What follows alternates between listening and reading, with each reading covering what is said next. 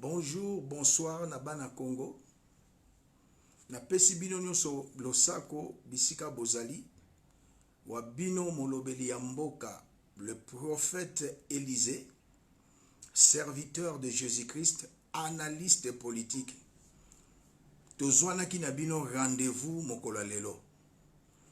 Tozwana ki na bino rendez-vous mokola lelo pona koloba maye ya eleki le 6 décembre 2020.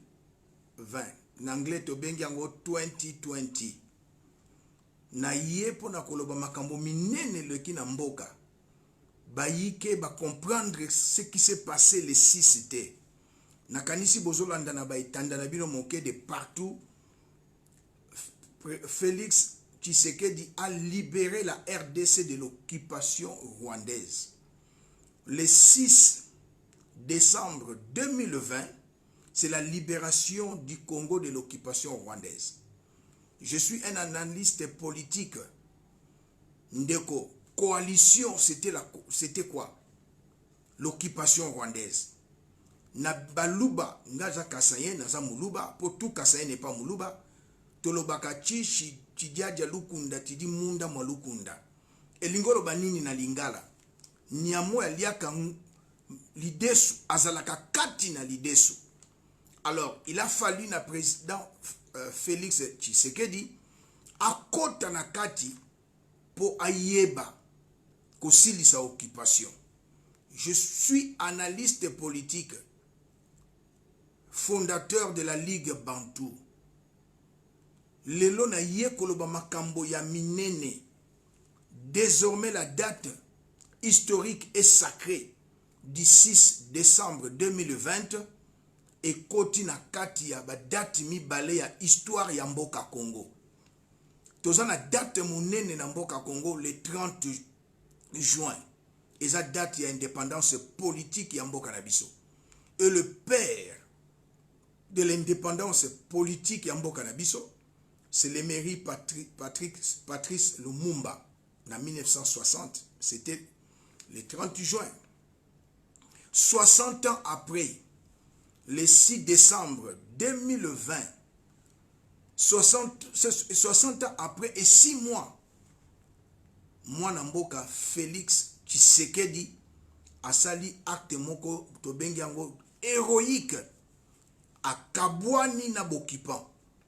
Alobi chikicha tcha kino yebi onene na lobi. Donc c'est fini. L'occupation c'est fini. Dans ma volonté permissive, moi Félix Tshisekedi nandimaki. Mais sikoyo na décidé chikicha tcha makambo sili. Congolaise congolais.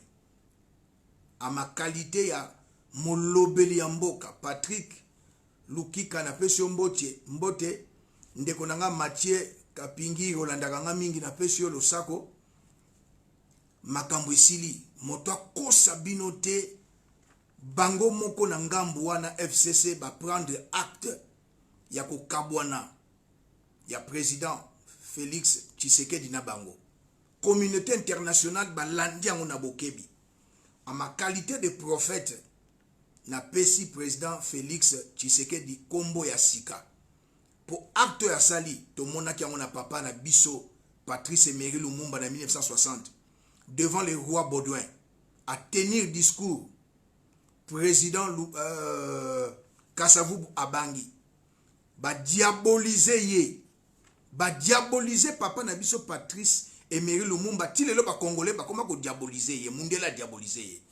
Mais na mboka Congo, président Félix Tshisekedi a eu courage à mettre fin. Yo ngai to bane koloba akabwana. Mais akabwani ozo zelani pona ko féliciter. Mabe ya ba congolais bandi maka mutu soka kufi. Mais moto soka za vivant ba kondima ete. Nga na eu courage héroïque, patriotique ya ko pesa merci na président Félix Tshisekedi. Pe nazali molobeli ya mboka, la voix autorisée ya mboka. Na banda komba na papa nanga molimo Coutinho Fernando na 2003, lelo 17 ans ya lite. Sauvons le Congo. Na telemi pona ko féliciter président Félix Tshisekedi. et ma qualité de prophète na pesi e kombo ya sika. Na français bolobaka 3T. Na anglais tolobi yango triple T. T ya liboso Chilombo. T ya mibale Tshisekedi. T ya misato ezali nini Chilobo. Botu na bandeko ya Kasai, botu na baluba. Chilobo lingi koloba nini victorieux. Chilobo lingi koloba nini vainqueur. Mais Chilobo lingi koloba nini président Fachi bapesa ye kombo, c'est normal. Alongi prédateur ya Congo. Asilisi occupation banguna ya mboka bakotaki na 1996. 24 ans et demi. Tobenyango presque un quart de siècle. Tozalaki na Boumbu.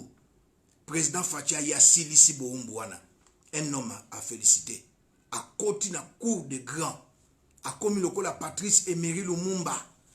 A côté na cour de grand. Et ça paye à solo. Banda lelo date il y a le 17 mai. Oye ba on ba kotaki occupation ekoufi. Totikali na deux grandes dates historiques et sacrées. Le 30 juin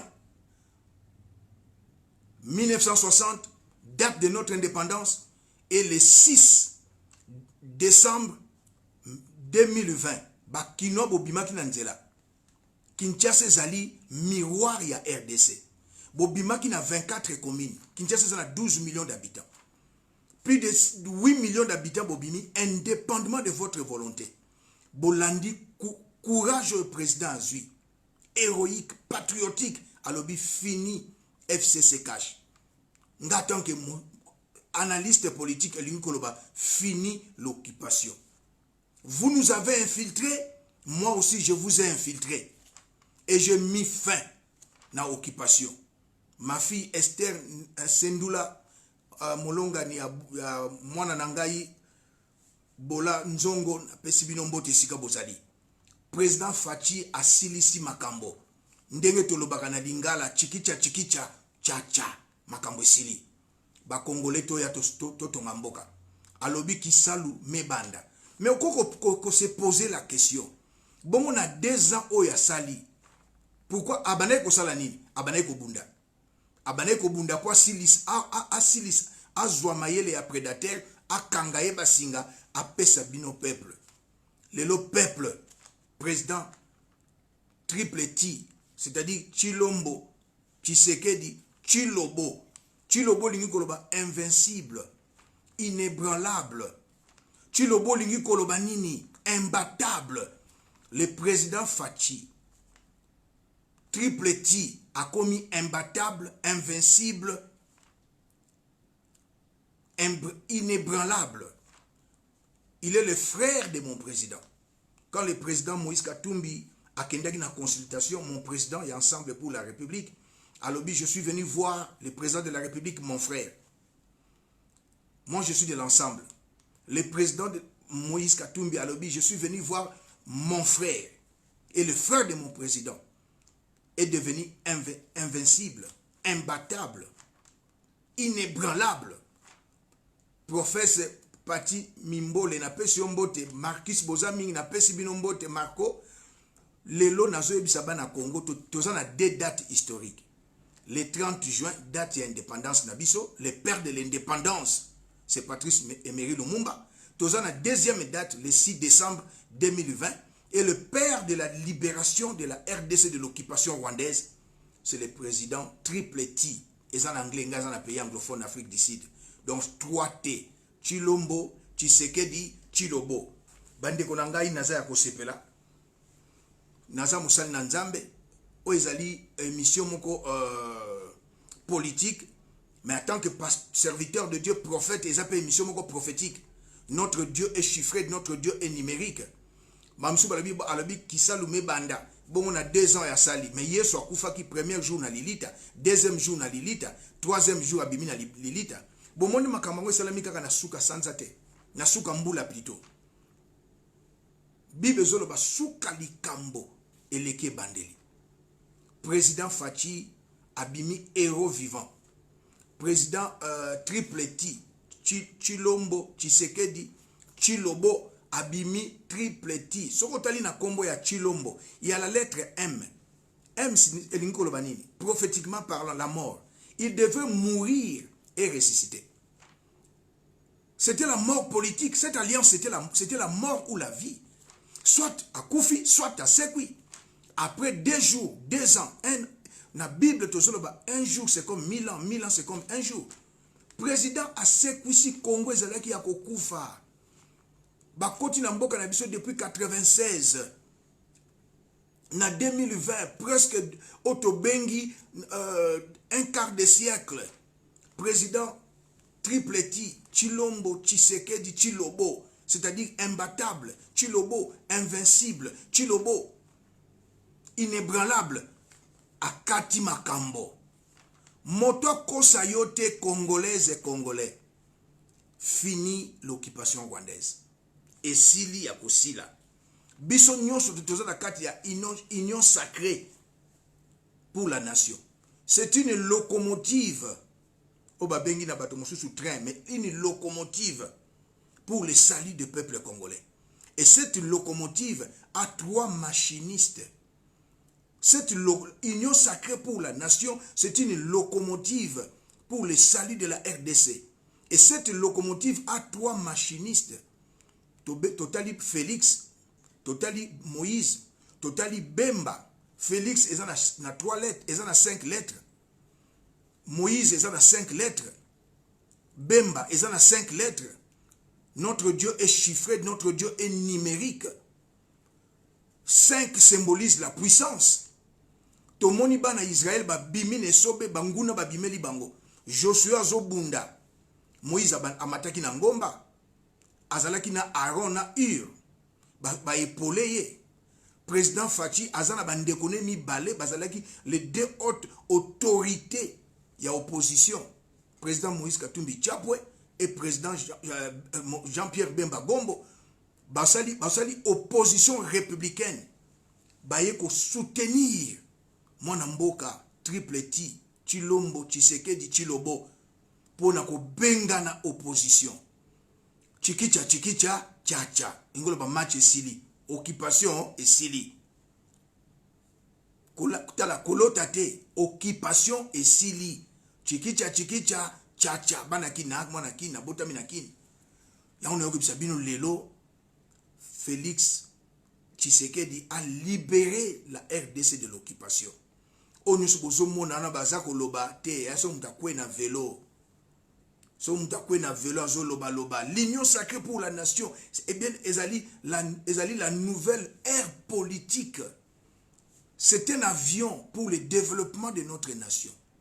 C'est une locomotive, c'est un avion pour le développement de notre nation. L'union sacrée pour la République. Moutako Sayote. Et dans un avion, toujours on a un pilote avec 2 copilotes. Les pilotes, c'est qui? Le président Tripleti, Chilombo, Tshisekedi, Chilobo, avec Moïse et Jean-Pierre. Alors, Mboka Nabiso et Sikolami. Je m'adresse au président Tripleti, Chilombo, Tshisekedi, Chilobo. Aux alliés, les magistrats suprêmes, les commandants suprêmes, il y a armée.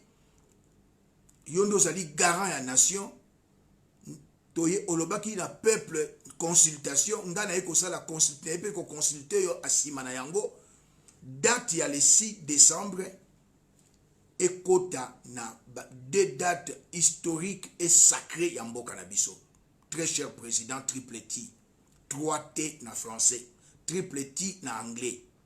Tozan na date mibale le 30 juin 1960, le père de l'indépendance. Je sais qu'il y avait plus de pionniers, mais le père de l'indépendance, c'est Patrice Emery Lumumba. Tripleti, Chilombo, Tshisekedi, Chilobo, vous êtes le père de la libération de notre nation. Tous en a date mi balé historique. Na bengiango Big Bang historique. Le 30 juin 1960 et le 6 décembre 2020. Bonjour, on a le 30 juin 6, le 6 décembre 6, prophétiquement parlant, car je suis un homme prophétique, 6, le chiffre 6 symbolise Et tobenga kanguna basani na nzambe les chiffres de l'homme. Mais prophétiquement parlant, c'est les chiffres de la domination. C'est le chiffre de la domination. L'homme a été créé pour qu'il domine. Et Dieu a salaka makambo na nzela mutu. Pour libérer Bana Israël na captivité après 430 ans. Atindaki Moïse. Il a dit à Moïse en langue de Voltaire. Son alobia alobaki, j'ai vu la souffrance de mon peuple, c'est pourquoi je suis descendu. Moto a eu langue à Molière, yo descendre, kende. Mais Dieu s'est incarné à Moïse. Pour ater ya sangomalamu na Ninive, ayaki na nzela ya Jonas oliaki na Ninive akendaki na Tarsis. Masuwa boyebi bana nzambe ebebaki nzambe abwaki ene bale mbise ameli ambwaki na Ninive poate ya sango malamu. Et pour mboka na biso sikola manzamba itizaki mosali na nzambe, l'archevêque Coutinho Fernando en 2003. Lui il est le père de la résistance. Apareko Kulutu Ngwanda n'est pas le père de la résistance. Apareko Yesima 2003. La République est en danger, sauvons le Congo. L'archevêque Coutinho, son disciple, j'étais là en 2003 jusqu'à aujourd'hui. Combat n'angezali constant. Lit n'angezali constante. Bana Congo, Mboke Sikolami. Nous avons des dates historiques et sacrées. Le 30 juin 1960 et le 6 décembre 2020. Tozana point mi balé na isa Bana Congo. Ayambona pesa point wana titre boza kolanda Félix Tshisekedi a libéré la RDC de l'occupation. Point mi balé toza na changement de fréquence. Président Triple T Tshilombo Tshisekedi Tshilombo, c'est-à-dire imbattable, invincible, inébranlable, akangi prédateur. Alingi sikoyo Bana Congo to ya tosala musala. Prédateur ya ngambo wana. Alingaki passe na Congo. Tonyo Kwama. Mboke Bongate. Président akangi prédateur. Alobi coalition Sili. C'est-à-dire c'est la fin de l'occupation rwandaise na Congo. Kisalume banda. To sangana. Triple T asisi makambo. Troisième point na zanango yali bouleversement des données. Tala mokonja sala ka premier pas après abengi peuple. Et ezaka batu bakebokila. Soki babomi nzoku basisa makambo bango mokote. Batu bakebokila babengaka batu na mboka po baya kosala makambo esila. Président Fachi akendaki bokila na coalition akangi prédateur asilisi libala ekufi. Libala ekufi. Premier pas à sali à otobengi changement de fréquence. Tolandi yango otobengi pomoni magistrature. Natanga président Mobutu y a le conseil législatif, changement de fréquence échangé. A bengi osiko au peuple. A bengi osiko au peuple yaka. Na changement de fréquence au kota likambo kisa lumebanda. Troisième point, c'est le bouleversement des données. Bakanisa qui baza majoritaire, c'est faux. Maintenant, nous, le peuple, le président Sali mise à jour. Il y a conseil législatif Natanga Mobutu. Président Sali mise à jour, nouveau magistrat, haut magistrat. Et c'est la mise à jour. Téléphone n'a pas de ça la mise à jour. Ordinateur non ça la mise à jour. Alors maintenant le président de la République, biso peuple ça la mise à jour. Il y a des parlementaires, il y a solo. Bakanisa qui baza na majorité na parlement, baza na majorité na parlementaire. Non. Toujours ça la mise à jour, il y a des parlementaires, il y a solo. Ba vrai parlementaire, ba vrai congolais, ba occupant ba ela kibiso le vieux vin. Vin ya occupation, vin ya corruption, vin ya impunité, vin ya crime de guerre, crime contre l'humanité, il y a génocide. Et le président Triple T Tshilombo Tshisekedi Tshilombo a elibiso 20. Il y a libération économique, sociale, politique et sécuritaire. To sangana tuche maboko, to sangana to sungaye, to sangana mwana mboke siko ezali. Ça c'est un message pour le peuple. Un message politique, un message prophétique. C'est le moment de reconstruire notre pays. C'est le moment de développer notre pays. Main dans la main.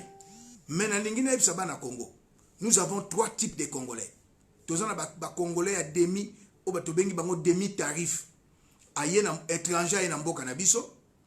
À 5 nationalités. À l'ingénieur côté ou côté à une nationalité, à commencer à mabele. Congolais, il y a demi-tarif. Ba pension nationalité, au lingo nationalité, wana mabele wana tikala yo. Congolais demi-tarif. Tous on a deuxième type de Congolais, ba Congolais à solde, ba traître. Wana sengeto kanga bango to pesa bango na maboko à justice. Mais tous on a ba vrai Congolais. Netingai prophète King MB Élysée, naza vrai Congolais. Triple T, Chilombo Tshisekedi, Chilobo, Fachi. Vrai Congolais. Jean-Pierre Bemba Gombo. Mon papa Jano Bemba. Vrai Congolais. Président Moïse Katumbi Tchapwe. Mon maman Virginie Tchapwe. Il y a dynastie Yeke Nakachobwe. Vrai Congolais. Salomon Kalonda. Vrai Congolais. Le prophète Jojo Mbayona Bruxelles. Vrai Congolais. Quand on dit vrai Congolais, c'est un patriote. Le bishop Francis Kadima, vrai Congolais. Le professeur Francine Tsoki, Kuna na Canada, vrai Congolais. Ba vrai Congolais Bazali. Eve Bazaï Bana MLC, vraie Congolaise. Patriote. La ministre économie Akasia, Moussa Lezosa la maison Monana, avec sa sœur Annie Fanny Akasia, ba vraie Congolaise. To telema to tonga mboka. To simba na main dans la main to tonga mboka. Oyo président Fachi asali eza longonia. Na mindu kite. Na kimia nyonso. Mwana lion azalaka lion. Bokanisa bosaka na mwana Fachi na mwana papa Etienne Tshisekedi. Papa Etienne Tshisekedi wa mulumba bokanisa bo mwana na ye bokanisa bosaka na ye. Bino boyibi mboka. Mbongo na mbongo nkita ya mboka. Bo sasi mboka. Bo infiltre biso na police na armée. Wane zalaki constitutionnel. Wane zalaki constitutionnel. 2001 okomaki président ndengeni ne zalaki constitutionnel. 2006 oyibi maponami. Peuple a voté mwana mboka Jean-Pierre Bemba Gombo zalaki constitutionnel. Ce n'est pas un coup d'état constitutionnel. 2011 oyibi maponami. Ce n'était pas un coup d'état constitutionnel. Les loyo binobo tikala ko respecter constitution pendant 18 ans. Boko lo banabiso ke ezali anticonstitutionnel. Mais non. To telemeli bino. Longoni na triple T. Chilombo. Tshisekedi. Chilobo. Chilobo lingolo ba imbattable. Asilisi otobengi occupation rwandaise. Le président Félix Tshisekedi est le savant congolais du XXIe siècle. Il est l'architecte de l'état de droit, le baromètre de la politique congolaise. Le président est Félix Tshisekedi, le père de la libération. Yamboka na biso Congo na occupation. Le même jour, le 6, président de la République, na discours na ye, les 2 hautes autorités de l'opposition, président Moïse Katumbi Tchapwe, l'homme qui écrit le futur, l'homme d'État africain le plus généreux, a tweeté, na tweet anaye, a péci merci na président de la République qui est mon frère, son frère plutôt. Président Jean-Pierre Bemba Gombo, il y a MLC a Telemi, a péci Longonia, na ndeko na ye, président Félix Tshisekedi triple T. Tout le monde est sous bandeko ya AMK, Alliance des Mouvements Congo, que préside Salomon Kalonda. A Telemi lisusu a tweeté, a lobi ba congolaise na ba congolais, to chama boko na mokonzi ya mboka. Yoko tika la pona nini mdeko? Oko tika la pona nini? Les 2 hautes autorités politiques et opposition, président Moïse Katumbi, président Jean-Pierre Bemba, ba encourager ndeko azui a telemi a bundi pendant 2 ans na suka ya deuxième année lobi kisalume banda ya onga na telemi en tant que molobeli ya mboka pona ko féliciter Triple T Tshilombo Tshisekedi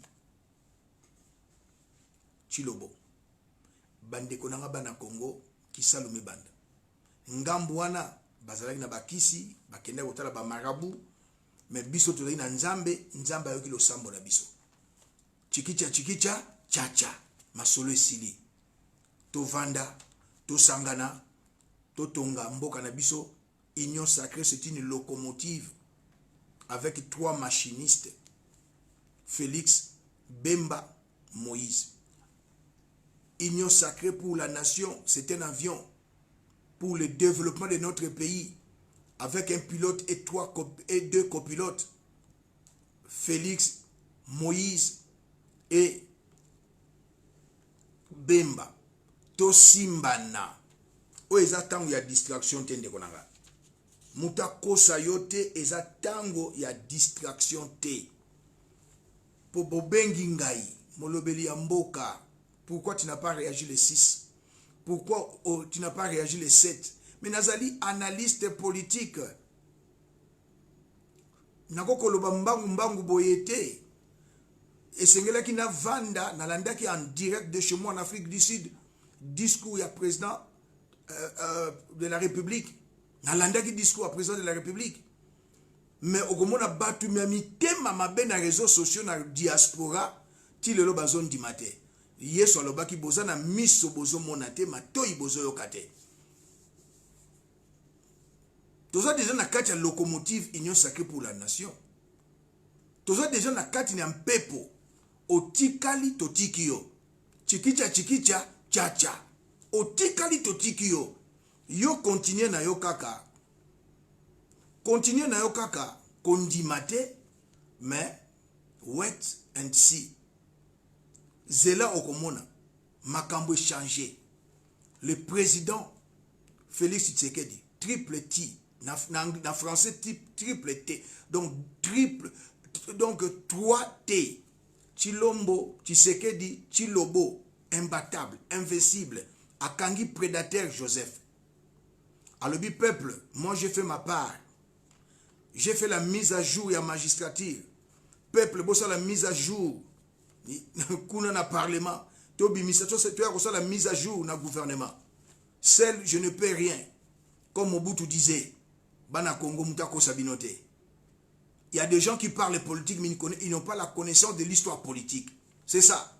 Moi j'ai commencé avec mon père Coutinho en 2003 en Europe, Afrique du Sud, Nouvelle-Zélande, Australie, Canada, Europe, Asie, combattants à la quitté, résistants à la quitté. Le père de la résistance, c'est l'archevêque Coutinho en 2003. Pour Tungwanda, respect, apparaît quoi à la quitté. Tu veux falsifier l'histoire. Tu veux falsifier l'histoire. Makambo eza makabatu bakufa. Ezate ko opo olobaka na YouTube na yo. YouTube aso futa ba 1000 €, 500. Non, osala ka musala. Bible lobi celui qui ne travaille pas ne mange pas. Luko sala musala ba futa yo. Kolinga ko sala ba base na makamba politique makile zo tangate. Histoire ya ba occupation esili. Wait and see. Zelo okomona. Makambo esili. Biso bana kinto lobaka chikicha chacha. Le père de l'indépendance, c'est le président. Papa na biso, le premier ministre Tika Biso, le père de l'indépendance. A pesa biso indépendance politique. Émérite Patrice Lumumba Bamindele ba diabolisaye.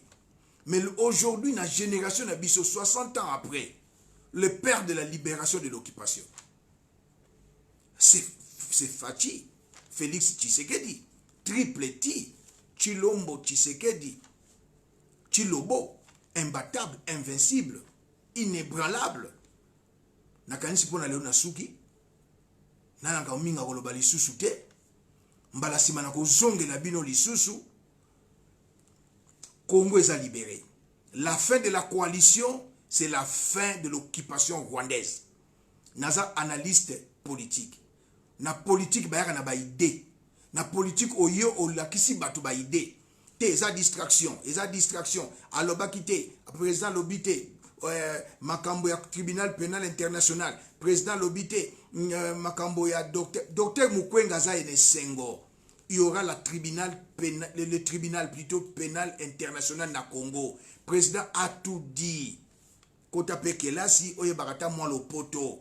Il y aura tribunal international na Congo. Makambo ya docteur Mukwenge ezana nzela. Nakanisi pona lelo na suki molobeli ya mboka prophète King MB Élysée, serviteur de Jésus-Christ, chargé de presse, il y a président Moïse Katumbi Chapwe, analyste politique. Tokuta inambala ya sima bande konanga. Wane zalaki poye baki tosaka na deux dates historiques et sacrées, le 30 juin 1960, na le 6 décembre 2020.